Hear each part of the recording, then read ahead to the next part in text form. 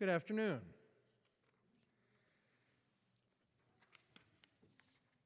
Welcome to First Unitarian Society of Madison. My name is Drew Collins. I'm the music director here.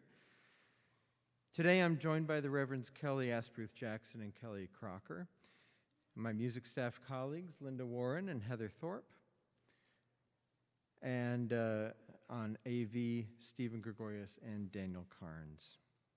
The vision of FUS is growing souls, connecting with one another, and embodying our UU values and our lives, community, and world. This is All Music Weekend here. It's one of two during the year. The other is usually in December. This spring, we will feature two different service formats. Today's theme is, how can I keep from singing? Or rather, how can we keep from singing? And we will focus on the role congregational song plays in building beloved community. We'll sing several hymns together, each preceded by a reading, story, or reflection. We hope you'll also join us, either in person or virtually, for tomorrow's All Music Sunday, the theme of which is Let Beauty Awake. After 2 years, the choirs will be back singing in person in this room, and we're very excited. And that theme celebrates the talented soloists and choirs here at FUS, and will feature organ, piano, solo voice, solo trio, string quartet, and of course choirs, and you see the setup here for that. So please do join us online or in person for that as well. If you are visiting us today, welcome. We are so glad you're with us. And if you would like more information about First Unitarian Society, please stop by the welcome table outside the auditorium in the Commons after the service. And we invite everyone outside on the lawn for coffee and conversation after the service, and we look forward to greeting you there. You may have seen our announcement slides before the service, and they will be shown again briefly after. And we encourage you to take a moment to learn more about upcoming programs and activities. Thank you for being here.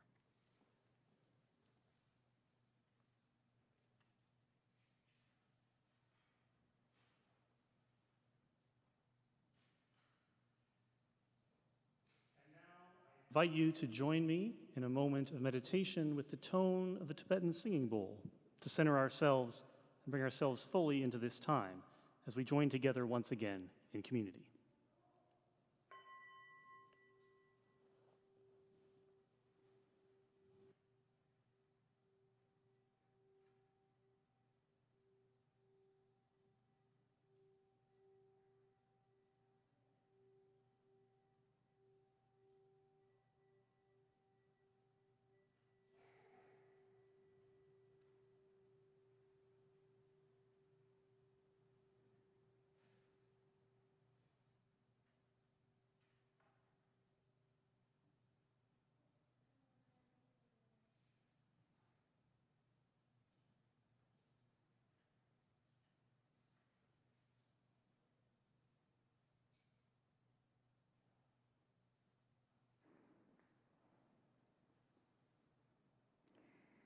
And I invite you now to rise in body or in spirit to join together in our words of chalice lighting that are up here on the screen.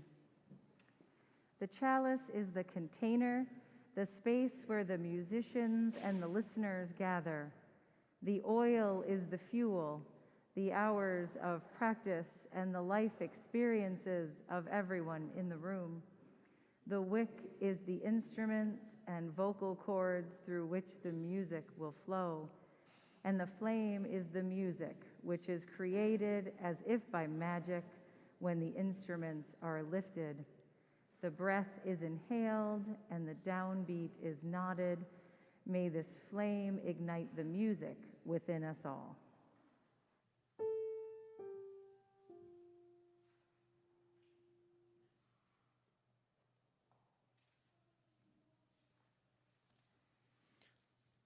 Light shining, illuminate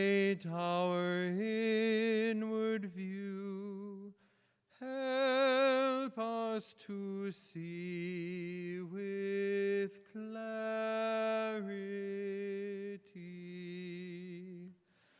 Shine bright and true, so we may join our songs in new sounds that become full symphony.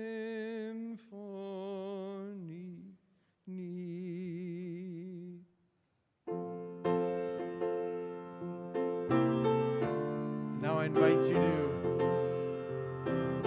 look at the screen or open your hymnal to number 108 and sing together, How Can I Keep From Singing?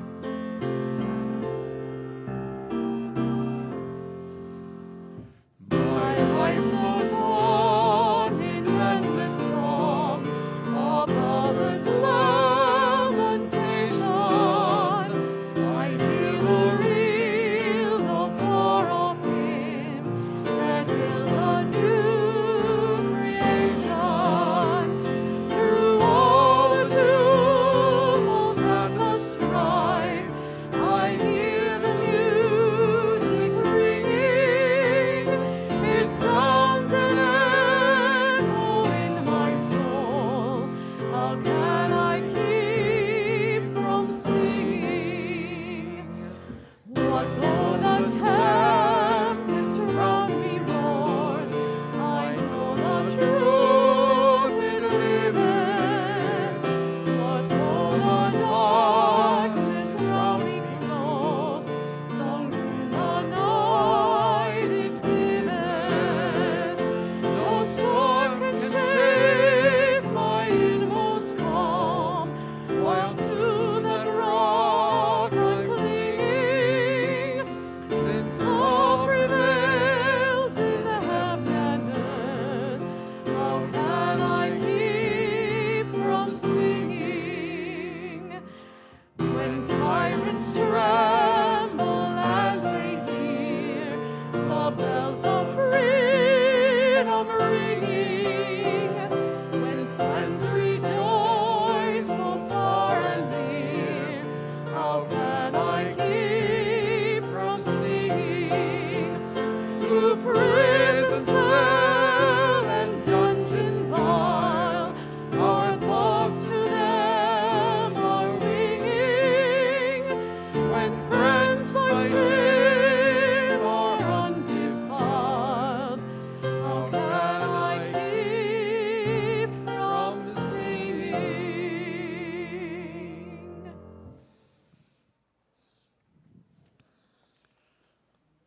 Friends, I invite you now into a time of both giving and receiving, where we give freely and generously to this offering which sustains our community.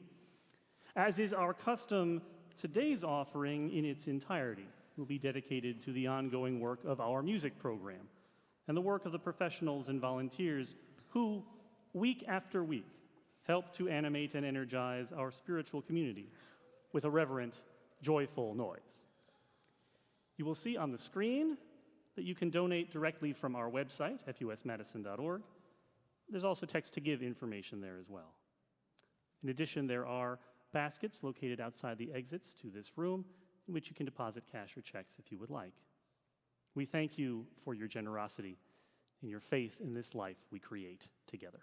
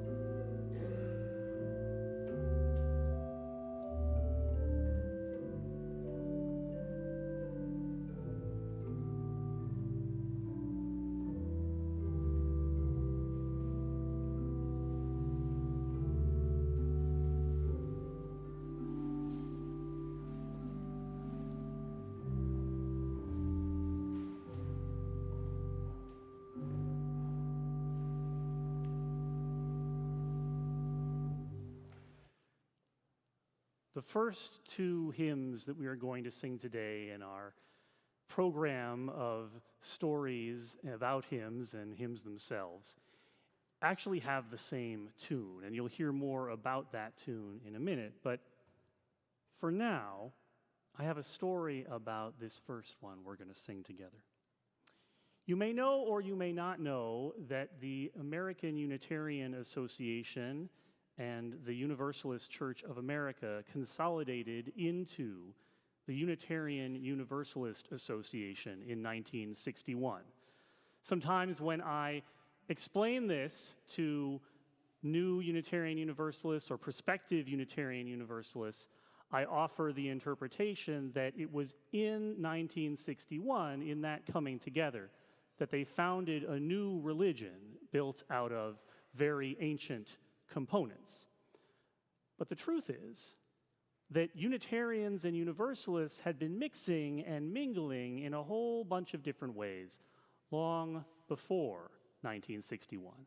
And one of the most important and last of those ways happened in 1953 into 1954. That was at the Continental Convention of both of the youth movements of the American Unitarian Association and the Universalist Church of America. They chose to have one joint meeting for that year, and at that meeting, they decided to dissolve their other structures and form the Continental Liberal Religious Youth Organization. So the teenagers in our history chose to form one single religious movement a little less than 10 years before the adults got it together to do it themselves. Only one of many ways in which youth often envision a future that it takes the adults a little extra time to grasp and get on board with. The hymn we're going to sing now was written in order to celebrate that momentous decision and to express the deep yearning that reflected it. We would be one.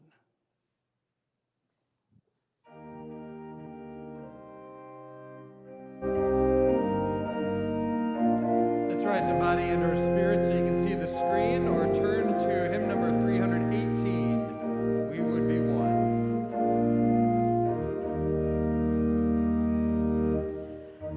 We would be one as now we join in singing our hymn of love to pledge ourselves anew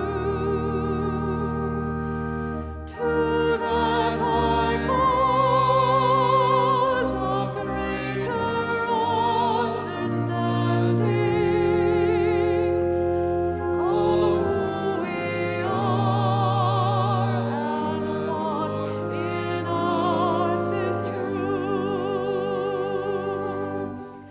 We would be one in living for each other, to show to all a new community. We would be one in building for tomorrow on all the world that we have known today. We would be one in searching for that meaning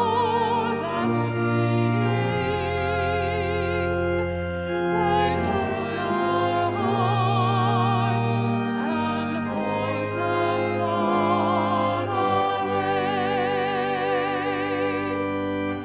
As one we pledge ourselves to great with love and justice, strive to make us free.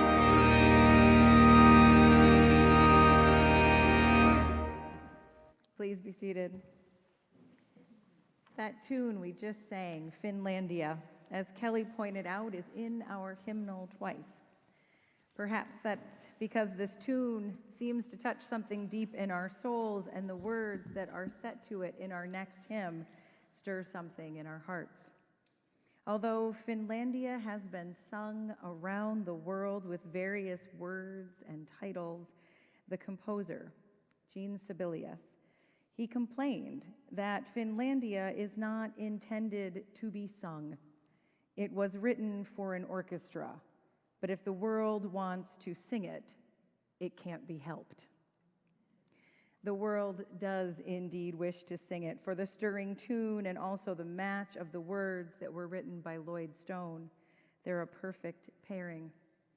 Sibelius wrote Finlandia as a patriotic offering in 1899 and revised it in 1900. The composition was one piece of a series of tableaus, each reflecting portions of Finnish history. The serenity of this part of the piece symbolizes hope and a resolution to work for a world of peace. In February of 1899, a manifesto from Tsar Nicholas II declared Russia's right to rule Finland without the consent of local legislators. The Tsar desired to integrate the autonomous Finland politically, militarily, and culturally into the Russian Empire. Sibelius's choice of Finlandia as a title for the composition served as a subtle form of protest against Russian censorship. However, the censorship was so intense that it couldn't be performed publicly as Finlandia. So other titles were devised, including Finland Awakens. What Sibelius was hoping to portray was Finland's awakening from Russian rule and the fighting spirit of its people. In 1934, the public school teacher Lloyd Stone wrote the two stanzas of This Is My Song. It was set during a brief time of peace between two world wars, a song of hope for all the nations, for lands afar and mine. The poet acknowledges love for his own country and balances that with the love that others feel around the world for the nations they call home. What is so attractive about this piece, Sibelius wrote in his diary in 1911, really, it is based entirely on themes given from above. It was given by pure inspiration. A hymn uniquely poised to be sung at this moment in our history as well. A song being sung around the world at a hauntingly similar time, sung with the people of Ukraine in our hearts. Please join us in singing this hymn of hope, a prayer for peace. This is my song.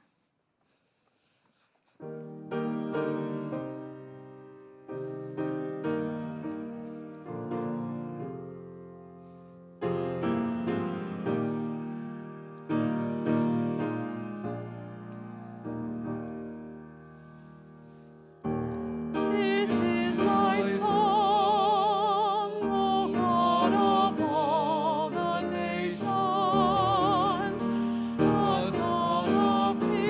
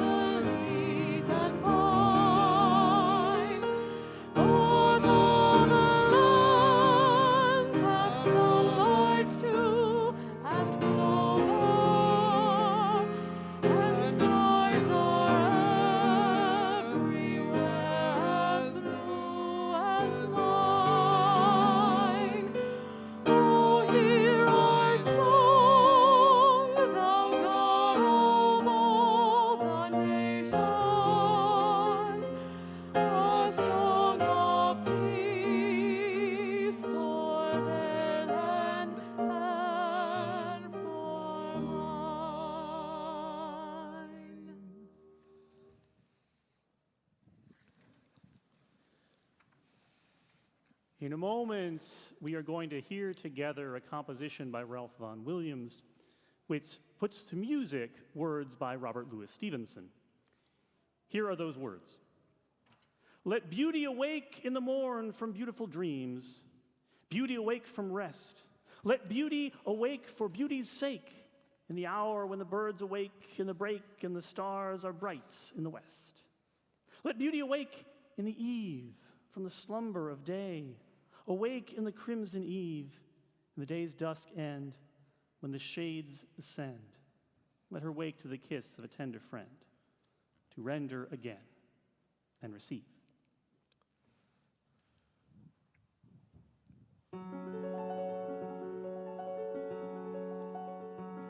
Let beauty awake in the morn from beautiful dreams, beauty awake from rest. Let beauty awake for beauty's sake, in the hour when the birds awake in the break, in the stars are bright in the west.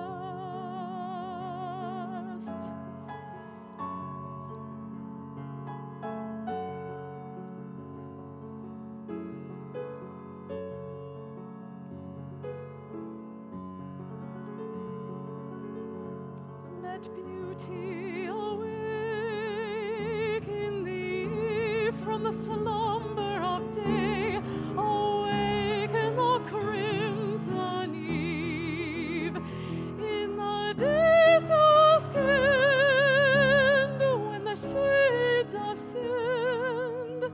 Let her wake to the kiss of a tender friend, to render again and receive.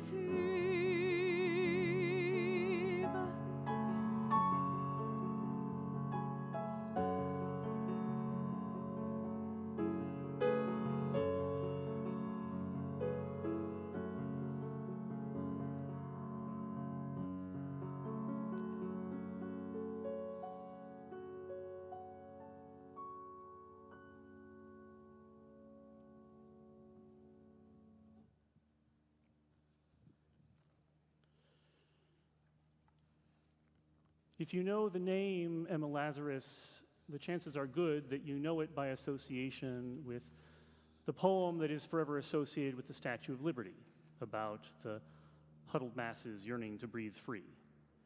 But she was a very accomplished poet and an author of many beautiful pieces. Here is one such, to prepare the way for our next piece of music. Therefore I dare reveal my private woe, the secret blots of my imperfect heart, nor strive to shrink or swell mine own desert, nor beautify nor hide. For this I know, that even as I am, thou also art. Thou past heroic forms unmoved shalt go, to pause and bide with me, to whisper low, not I alone am weak, not I apart must suffer, struggle, conquer day by day.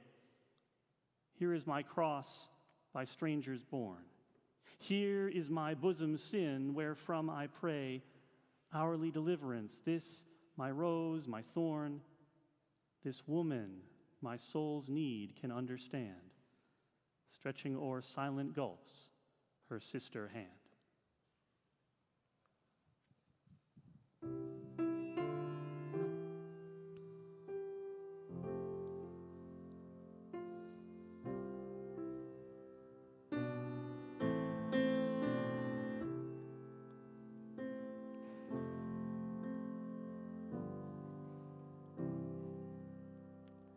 I am sending you light to heal you, to hold you.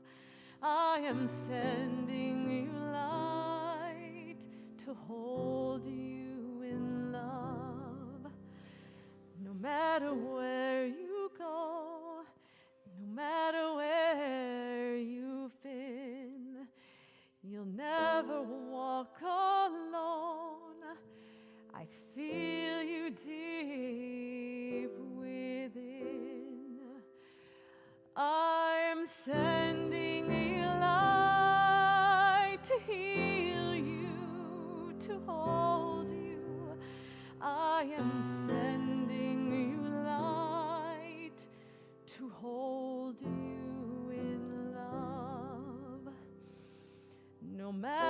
what you feel, no matter where you've been, you'll never walk alone. I feel you deep within. I'm sending you light to heal you, to hold you. I am sending you light to hold you in love. No matter what you feel or what you choose to show, I'm always there for you, so I want you to know that I'm sending you light to heal you, to hold you. I am sending you light to hold you in love. I walk the path with you. Go slow, dear one, don't hurry. I'll just go like you need to go. There is no need to worry, 'cause I'm sending you light to heal you, to hold you.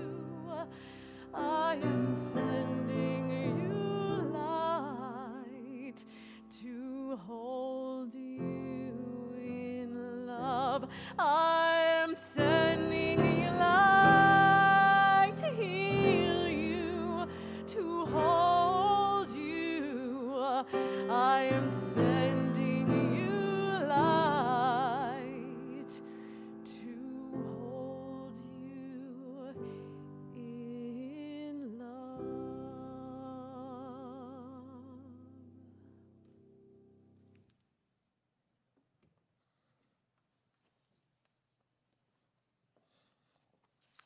When I found out that the class I was planning to take, called Music for Healing and Transition, had 75 hours of class time, I wondered what they could possibly talk about that would take 75 hours.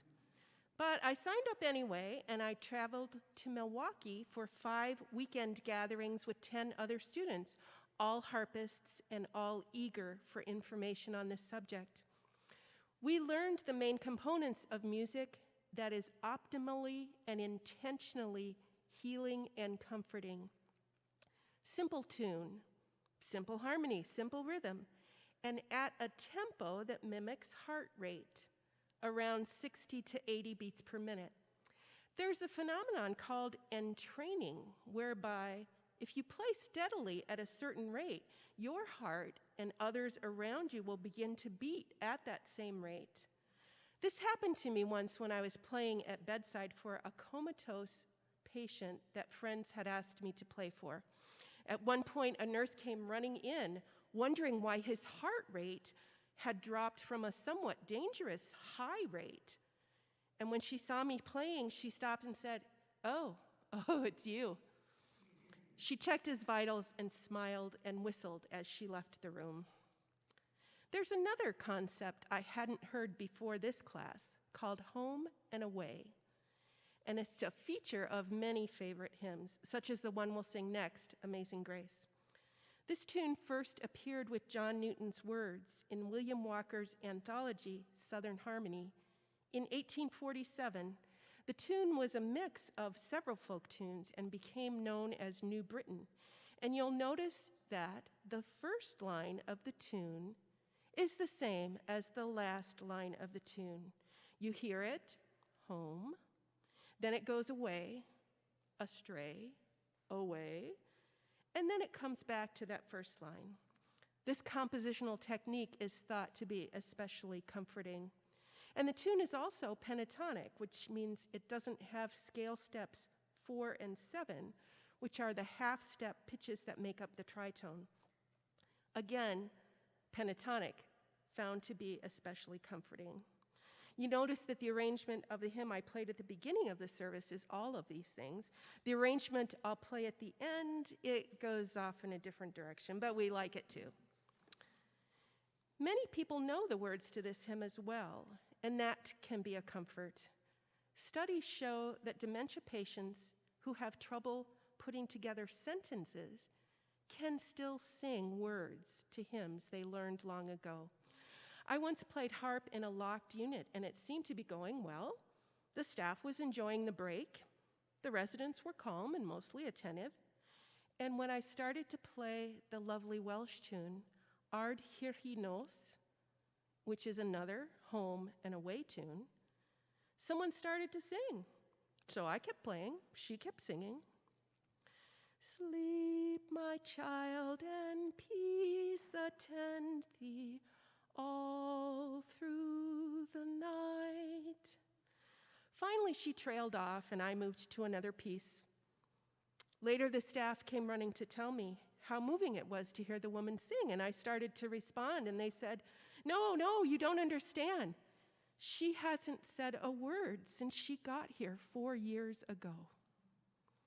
So let's join now together in this very unique, wonderful, much beloved hymn, Amazing Grace.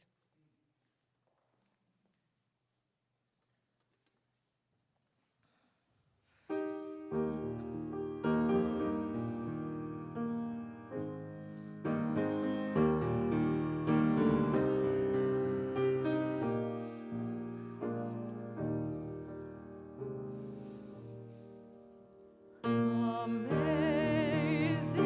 grace, how sweet the sound that saved a wretch like me.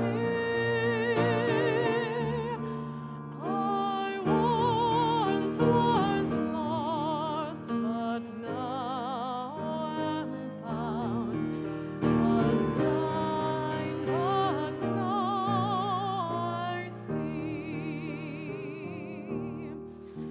'Twas grace that taught my heart to fear, and grace my fears relieved.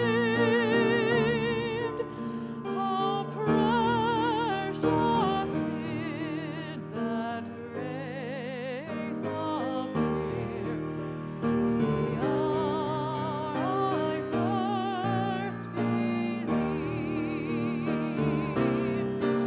Through many dangers, toils, and snares, I have already come. 'Tis grace that brought me safe thus far, and grace will lead me home.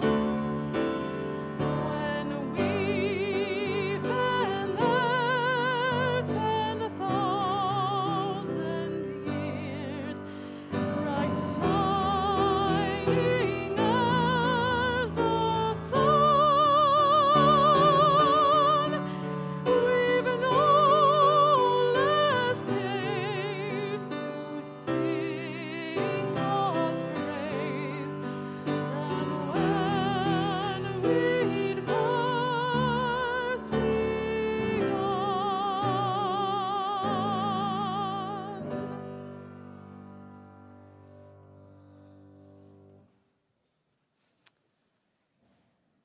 If there is exactly one hymn in this service that you haven't sung before, it is most likely to be this next one. That's probably not without reason.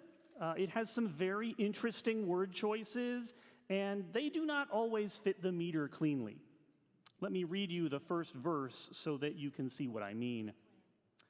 A fire mist and a planet, a crystal and a cell, a starfish and a saurian, and caves where ancients dwelt. The sense of law and beauty, a face turned from the sod, Some call it evolution, and others call it God. Now I ask you, who was ever going to sing this song if not us?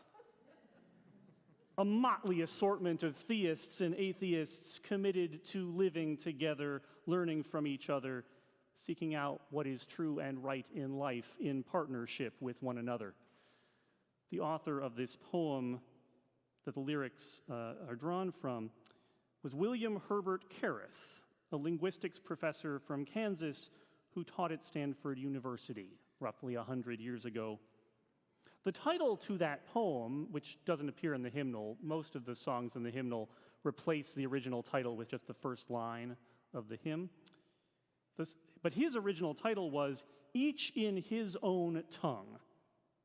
Outdated patriarchal language notwithstanding, it seems to me that points to the constant and worthy work of engaging our theological diversity, mutually translating each other's languages of meaning, striving to find the places where your beliefs may fruitfully challenge mine, or my beliefs may serve to nurture you. So I invite you to sing with me one of our oddest hymns with one of our most important messages. I think we can stay seated for this one. Singer's choice, though. If you prefer to stand, you may. But we're going to sing hymn number 343, A Fire Mist and a Planet.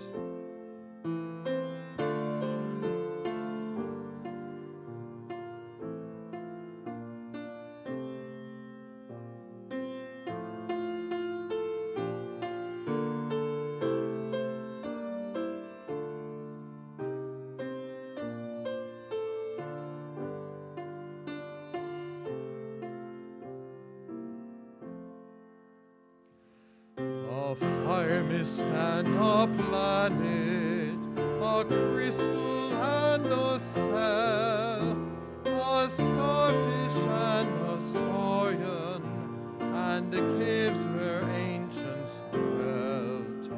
The sense of law and beauty, a face turned from the sod, some call it evolution, and others call it God.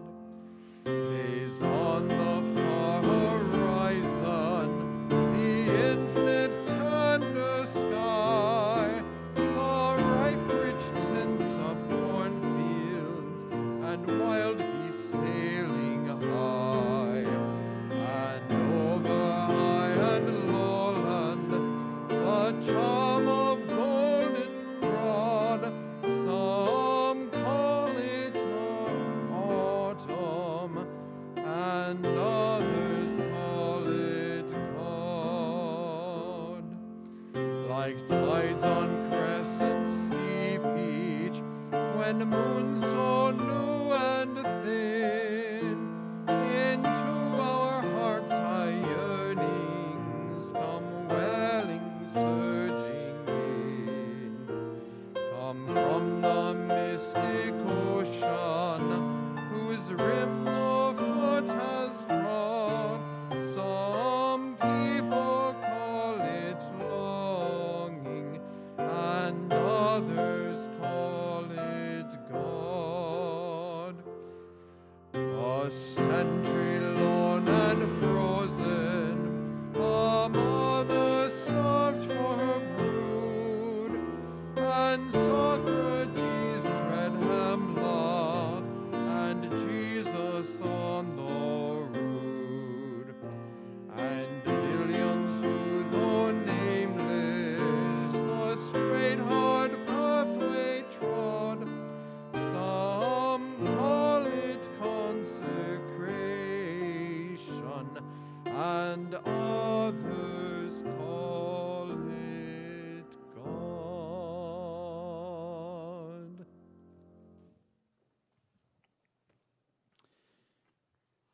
In 2009, the General Assembly, the annual governance meeting of the Unitarian Universalist Association, which was being held that year in Salt Lake City, at that meeting, our faith movement launched a new social justice campaign.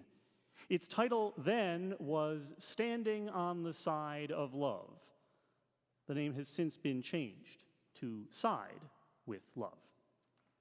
While not all bodies always have the ability to stand, any person with any agency whatsoever may choose to take the side of love in whatever choices are theirs to make. This stole that I am wearing right now is a branded Side with Love stole. A few years ago, when the congregation I was then serving ordained my colleague Megan Visser to the ministry, we gave her a stole just like this one. In that ceremony, I told her that it was instantly recognizable by its trademark loudest shade of yellow in the universe, so that love's adversaries will already feel tired when they see you coming. Unlike its name, the campaign's signature color has remained consistent from the beginning, although I have been told that this choice was more of an accident based on a last-minute production issue in Salt Lake. The campaign color was originally supposed to be red. That first title for the campaign was taken from what was, back in 2009, still a relatively new Unitarian Universalist hymn. And at about the same time the decision was made to shift to a simpler and more inclusive name, the composer of that hymn authorized a lyrics change, which is why, if you have one of the teal hymnals, I'm afraid you're going to need to rely on the lyrics on the screen for this one, as we sing Answering the Call of Love.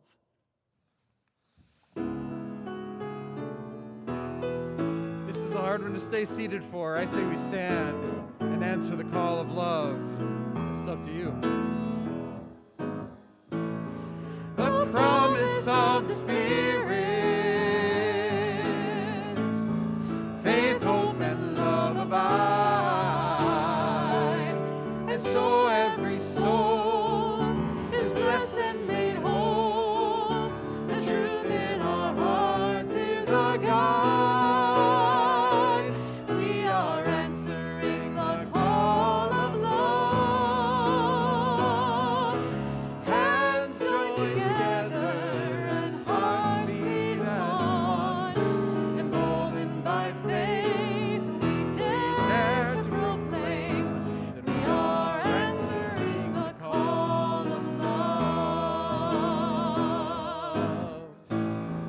Sometimes we build a barrier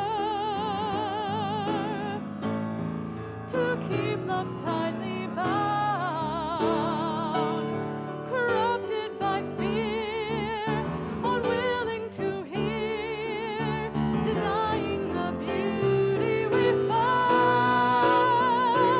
We are answering the call of love.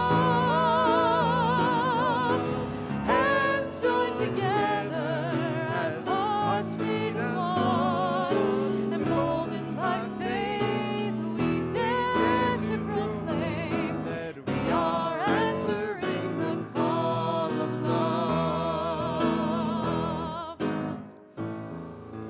A new day is dawning, when love will not divide. Reflections of grace in every embrace, fulfilling the vision divine. We are answering the call of love. Hands joined together as hearts beat as one. Emboldened by faith, we dare to proclaim that we are answering the call of love. We are answering the call of love.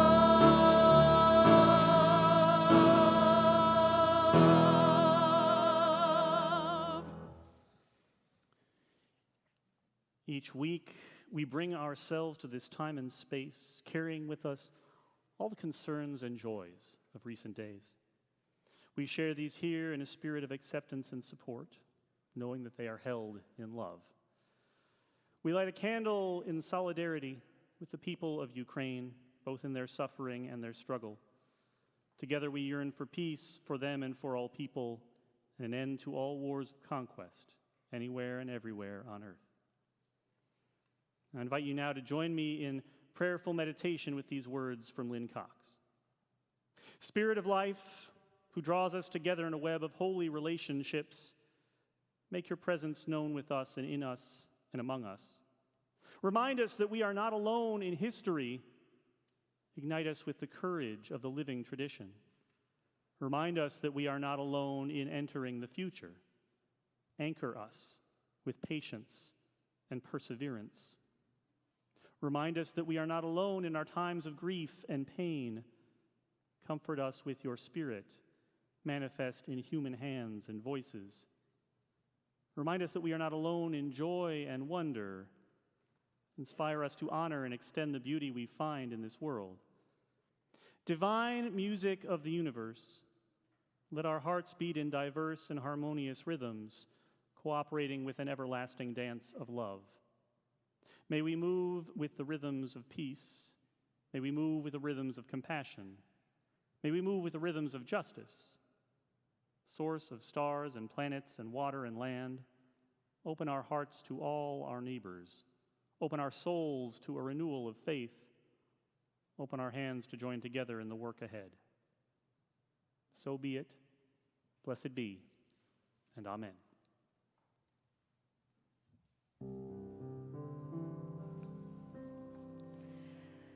There is a love holding us. There is a love holding all that we love. There is a love holding all that we love. We There is a love holding all. We rest in this love. Our closing hymn today for this All Music Saturday is number 36, When in Our Music, God is Glorified. Let's rise in body and or spirit as we're willing and able. When in our music God is glorified, and adoration leaves no room for pride. It is as though the whole creation cried, Alleluia. How often making music we have found a new dimension in the world of sound. As worship moved us to a more profound Alleluia. So has the Church of liturgy and song, in faith and love for centuries of wrong, borne witness to the truth in every tongue. Alleluia. Let every instrument be tuned for praise. Let all rejoice who have a voice to raise. And make all the rivers faith to sing always.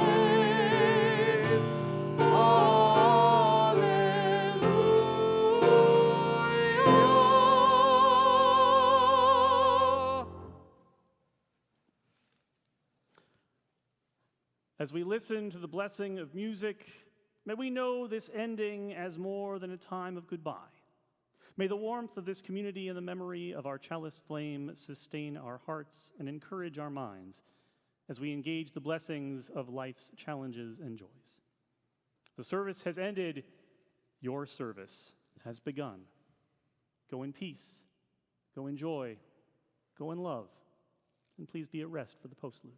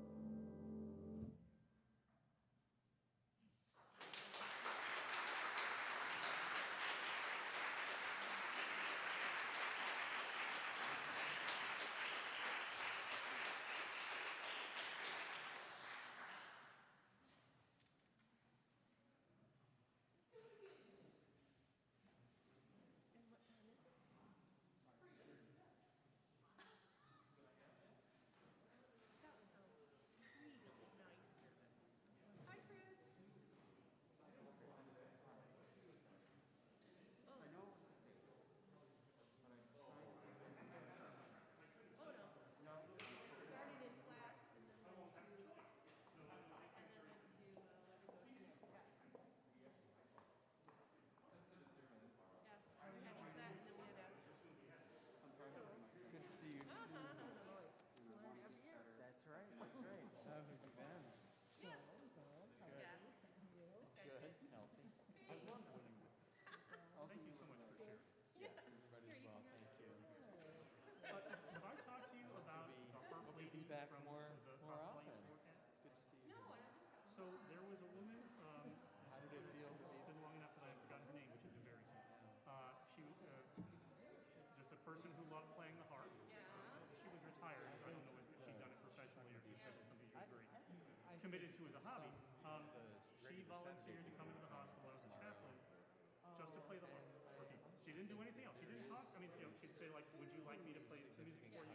She'd pick something, she'd play it, they leave. But the chaplains would sort of follow her around because inevitably they'd want to talk to the chaplain after they heard the harp, right?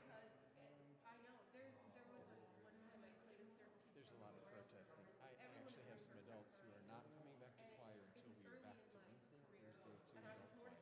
And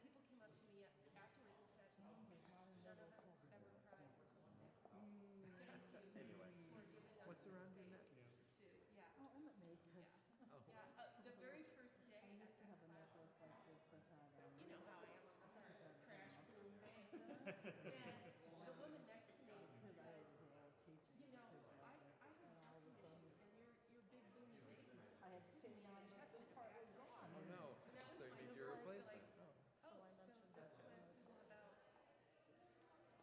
how great I am. Heather, thank you. It was lovely. Using Oh, the thanks. tools in It was, a kind of way. Thank you. Well, you should hear Emmett do it tomorrow. Yeah. Too bad. Yeah, it's good stuff. Tell about the hymns all the time because it makes them so much more interesting Yeah. Oh, to know the should I open history the lid on and the piano? you know, Maybe on all the of small that sort stick of for thing. today's service? No, this is fine. I never even thought about that until like just a second, which is how that